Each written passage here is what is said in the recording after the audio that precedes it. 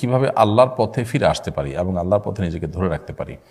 দেখুন, আল্লাহর দিকে ফিরে আসার জন্য দরকার হলো ঐকান্তিক প্রচেষ্টা, সিরিয়াসনেস, দিলের গভীর থেকে মানুষের সদিচ্ছা।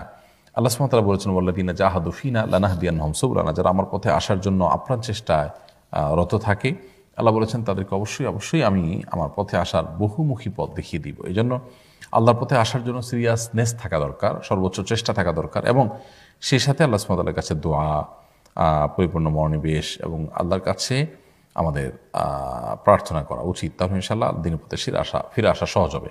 সেই সাথে দিনের পথে টিকে থাকার জন্য আমাদের প্রয়োজন হলো দিনদার মানুষদের একটা ভালো সার্কেল, একটা ভালো পরিবেশ, একটা ভালো বন্ডিং এবং সোসাইটি।